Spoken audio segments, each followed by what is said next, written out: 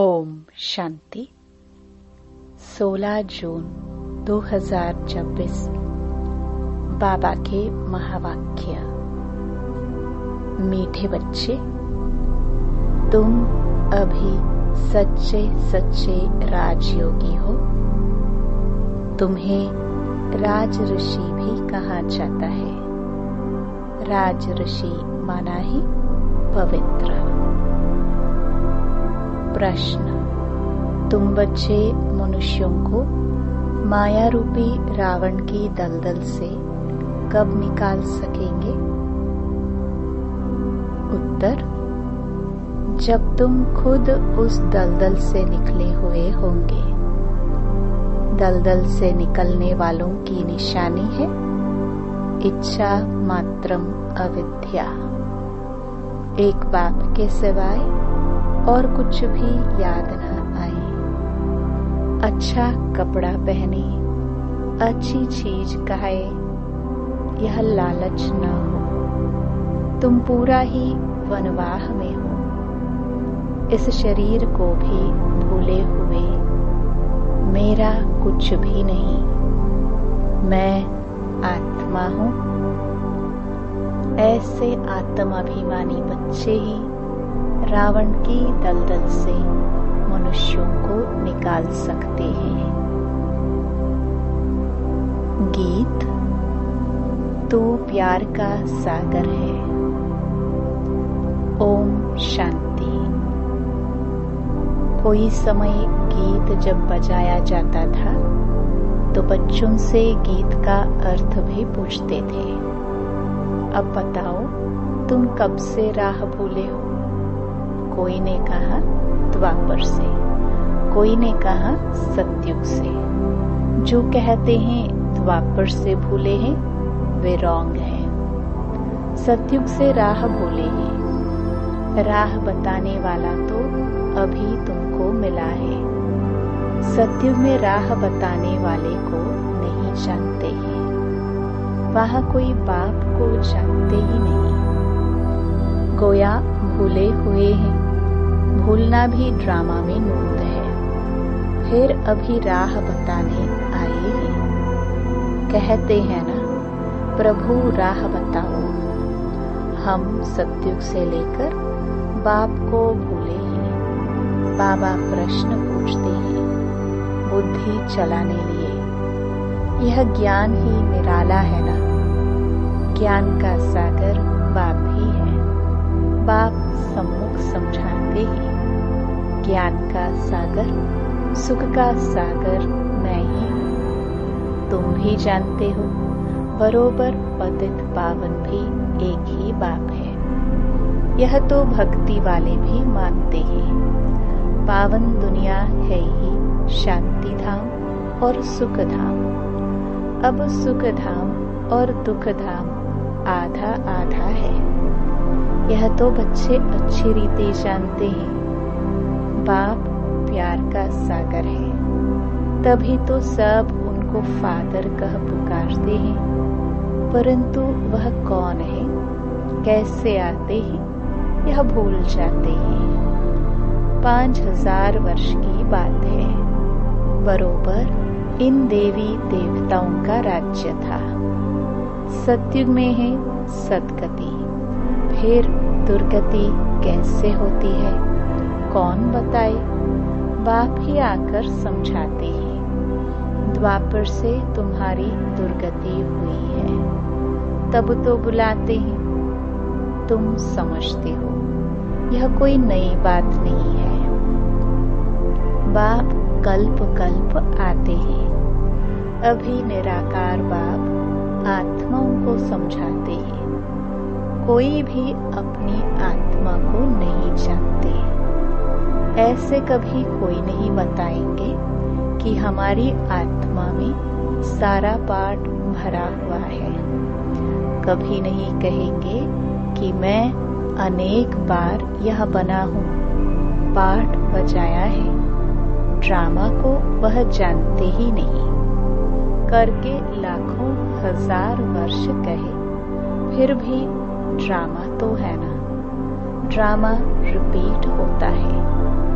यह तो कहेंगे ना, यह ज्ञान बाप ही बच्चों को सम्मुख देते हैं, मुख से बात कर रहे हैं। तुम जानते हो, हमको शिव बाबा ने ब्रह्मा द्वारा अपना बनाए ब्राह्मण बनाया है। शिव बाबा का यह बच्चा भी है, वन्नी स्त्री भी है। देखो कितने बच्चों की संभाल की जाती है। अकेला मेल होने के कारण सरस्वती को मददगार बनाया है कि बच्चों को संभालो। यह बातें शास्त्रों में नहीं है, यह है प्रैक्टिकल। बाप ही राजयोग सिखाते हैं। जिनको राजयोग सिखाया वह राजाए बने, 84 जन्मों में आए। बाइबल, कुरान, वेद शास्त्र आदि पढ़ते तो बहुत हैं, परंतु समझते कुछ भी नहीं है। अभी तुम कोई तत्व योगी नहीं हो। तुम्हारा तो बाप से योग है, अर्थात बाप की याद है। तुम अभी राजयोगी, राज ऋषि हो, अर्थात योगी राज हो। योगी पवित्र को कहा जाता है। स्वर्ग की राजाई लेने लिए तुम योगी बने हो। बाप पहले पहले कहते हैं पवित्र बनो। योगी नाम ही उनका है। तुम सब राजयोगी हो। यह तुम ब्रह्मा मुख वंशावली ब्राह्मणों की बात है। तुमको राजयोग सिखा रहे हैं। स्टूडेंट हो गए ना। स्टूडेंट्स को कब टीचर भूलेगा क्या? जानते हो, शिव बाबा हमको पढ़ा रहे हैं, परंतु माया फिर भी भुला देती है। तुम अपने पढ़ाने वाले टीचर को भूल जाते हो। भगवान पढ़ाते हैं, यह समझे तब तो नशा चढ़े। स्कूल में ICS पढ़ते हैं तो कितना नशा रहता है। तुम बच्चे तो 21 जन्मों के लिए यह राजयोग की पढ़ाई पढ़ते हो। पढ़ना तो फिर भी होता है। राज विद्या भी पढ़नी पड़े, भाषा आदि सीखनी पड़े। तुम बच्चे समझते हो, सतयुग से हम यह राह भूलनी शुरू करते हैं। फिर एक एक ढाका, पौड़ी, स्टेप एक एक जन्म में नीचे उतरते हैं। अभी तुमको सारा याद है, कैसे हम चढ़ते हैं, कैसे हम उतरते हैं। यह सीढ़ी अच्छी रीति याद करो। 84 जन्म पूरे हुए, अब हमको जाना है तो खुशी होती है। यह बेहद का नाटक है। आत्मा कितनी छोटी है। पाठ बजाते बजाते आत्मा थक जाती है। तब कहते हैं, बाबा राह बताओ तो हम विश्राम पाए, सुख शांति पाए। तुम सुख धाम में हो तो तुम्हारे लिए वहां सुख शांति भी है। वहां कोई हंगामा नहीं। आत्मा को शांति है। शांति के 2 स्थान है, शांति धाम और सुख धाम। दुख धाम में अशांति है। यह पढ़ाई है। तुम जानते हो, हमको बाबा सुख धाम वया शांति धाम में ले जा रहे हैं। तुमको कहने की दरकार नहीं। तुम जानते हो, हम यहाँ पाठ बजाने आए हैं, फिर जाना है। यह खुशी है, शांति की खुशी नहीं है। पाठ बजाने में हमको मजा आता है, खुशी होती है। जानते हैं, बाबा को याद करने से विकर्म विनाश होंगे। कोई कहते हैं हमको मन की शांति मिले। यह अक्षर भी रॉन्ग है। नहीं, हम बाप को याद करते हैं कि विकर्म विनाश हो। शांत तो मन रह ना सके, कर्म बिगर रह नहीं सकते, बाकी महसूसता आती है। हम बाबा से पवित्रता, सुख, शांति का वर्षा ले रहे हैं तो खुशी होनी चाहिए। यह तो है ही दुख धाम, इसमें सुख हो नहीं सकता। मनुष्य शांति धाम, सुख धाम को भूल गए हैं। तो जिनको बहुत पैसे हैं, समझते हैं हम सुख में हैं।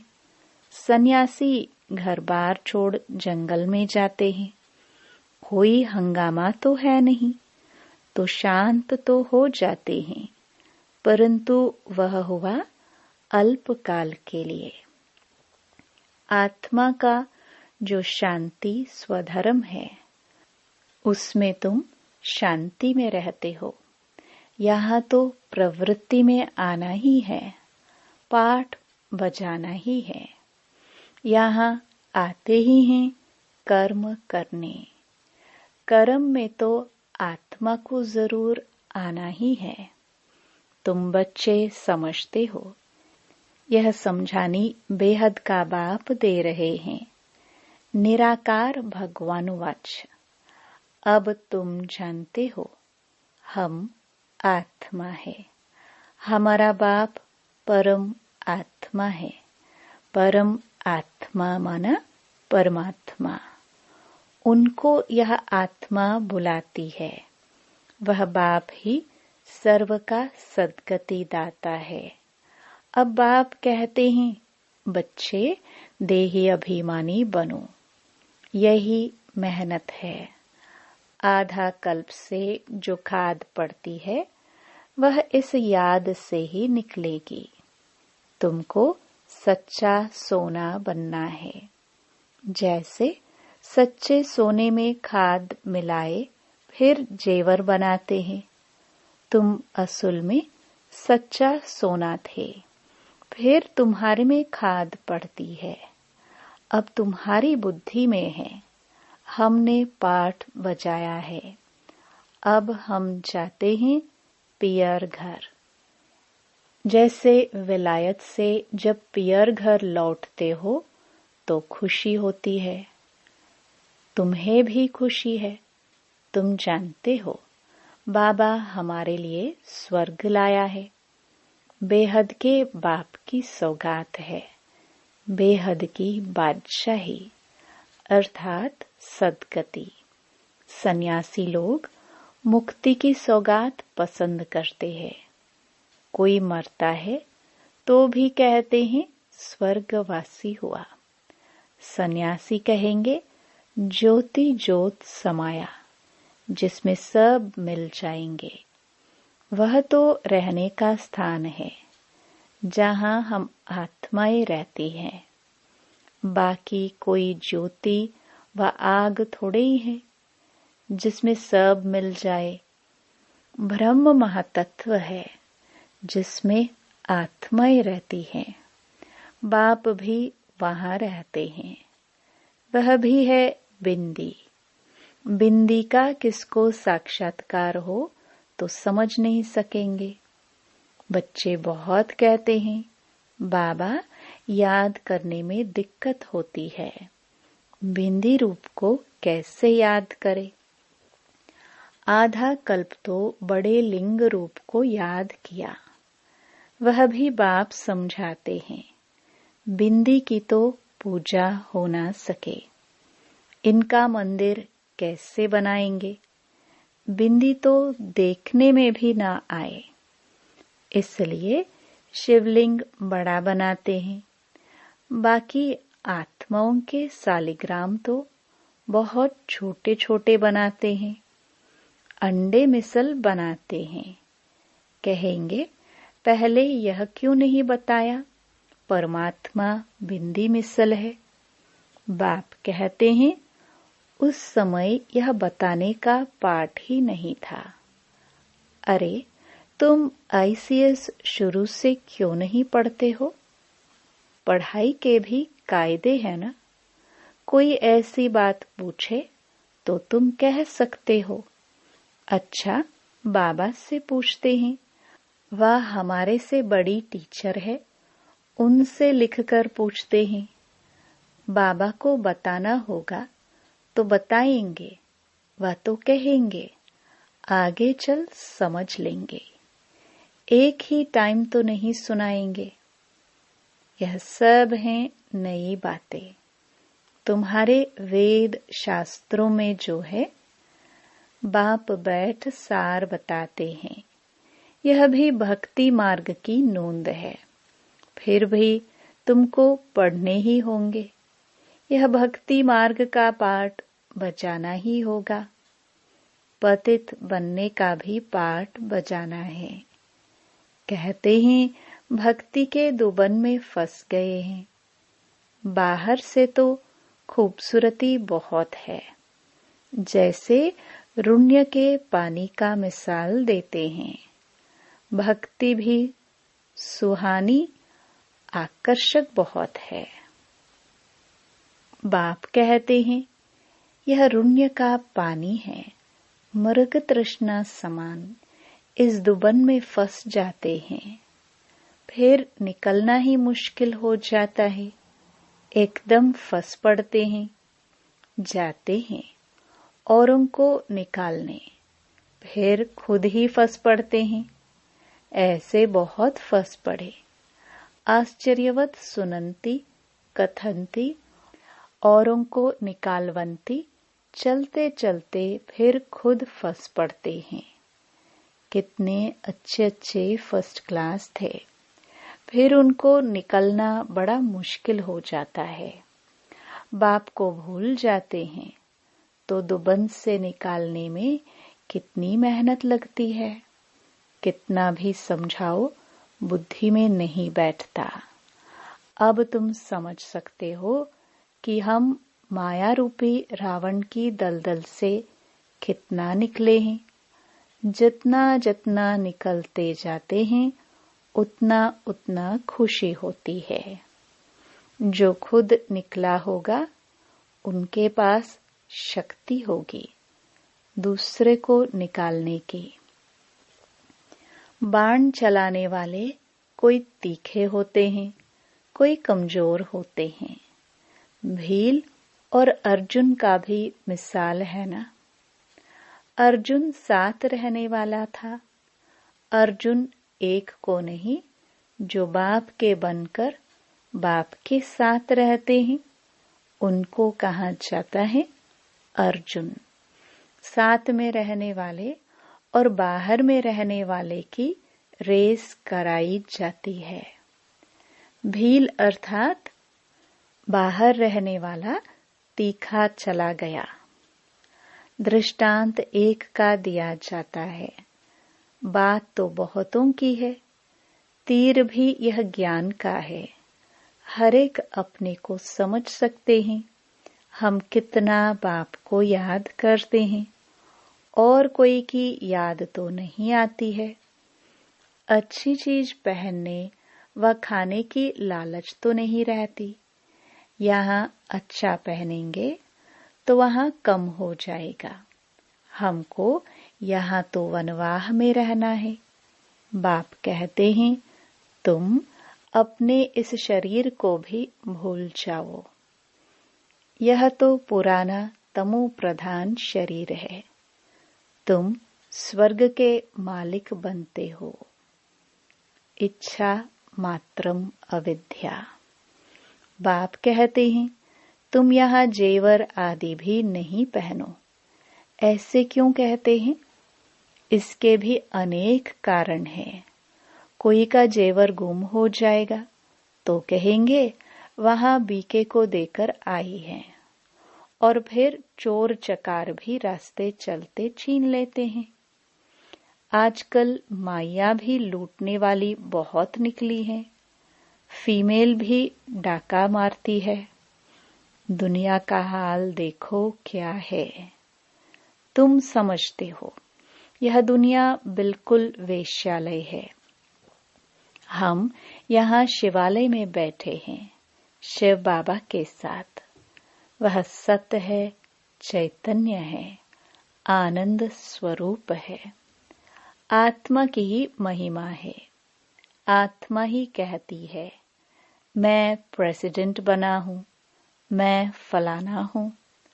और तुम्हारी आत्मा कहती है, हम ब्राह्मण हैं, बाबा से वर्षा ले रहे हैं। आत्म अभिमानी में रहना है, इसमें ही मेहनत है। यह मेरा फलाना है, यह मेरा है, यह याद रहता है। हम आत्मा भाई भाई है, यह भूल जाते हैं। यहाँ मेरा मेरा छोड़ना पड़ता है। मैं आत्मा हूँ, इनकी आत्मा भी जानती है। बाप समझा रहे हैं, मैं भी सुनता रहता हूँ। पहले मैं सुनता हूँ, भल मैं भी सुना सकता हूँ, परंतु बच्चों के कल्याण अर्थ कहता हूँ। तुम सदा समझो कि शिव बाबा समझाते हैं। विचार सागर मंथन करना बच्चों का काम है। जैसे तुम करते हो वैसे मैं भी करता हूँ, नहीं तो पहले नंबर में कैसे जाएंगे। लेकिन अपने को गुप्त रखते हैं। अच्छा, मीठे मीठे सिखिलदे बच्चों प्रति माता पिता बाप दादा का याद प्यार और गुड मॉर्निंग। रूहानी बाप की रूहानी बच्चों को नमस्ते। धारणा के लिए मुख्य सार। पहला, मेरा मेरा सब छोड़ अपने को आत्मा समझना है। आत्म अभिमानी रहने की मेहनत करनी है। यहाँ बिल्कुल वनवाह में रहना है। कोई भी पहनने खाने की इच्छा से इच्छा मात्रम अविद्या बनना है। दूसरा, पाठ बजाते हुए कर्म करते अपने शांति स्वधर्म में स्थित रहना है। शांति धाम और सुख धाम को याद करना है। इस दुख धाम को भूल जाना है। वरदान, रुहाब और रहम के गुण द्वारा विश्व नवनिर्माण करने वाले विश्व कल्याणकारी भव। विश्व कल्याणकारी बनने के लिए मुख्य 2 धारणाएं आवश्यक है। एक ईश्वरीय रुहाब और दूसरा रहम। अगर रुहाब और रहम दोनों साथ साथ और समान है तो रूहानियत की स्टेज बन जाती है। तो जब भी कोई कर्तव्य करते हो वह मुख से शब्द वर्णन करते हो तो चेक करो कि रहम और रुहाब दोनों समान रूप में है। शक्तियों के चित्रों में इन दोनों गुणों की समानता दिखाते हैं। इसी के आधार पर विश्व नवनिर्माण के निमित्त बन सकते हो। स्लोगन, बाप के प्यार के पीछे व्यर्थ संकल्प न्योछावर कर दो, यही सच्ची कुर्बानी है। ये अव्यक्त इशारे सदा हर्षित रहने के लिए अपनी नेचर को सरल बनाओ, सहनशील बनो। जितना जो स्वयं सरल होंगे उतना याद भी सरल रहेगी। जितना जो हर बात में स्पष्ट अर्थात साफ होगा उतना सरल होगा। जो जैसा स्वयं होता है वैसे ही उनकी रचना में भी वही संस्कार होते हैं। तो हर गुण के प्रैक्टिकल स्वरूप एग्जाम्पल बनो। ओम शांति।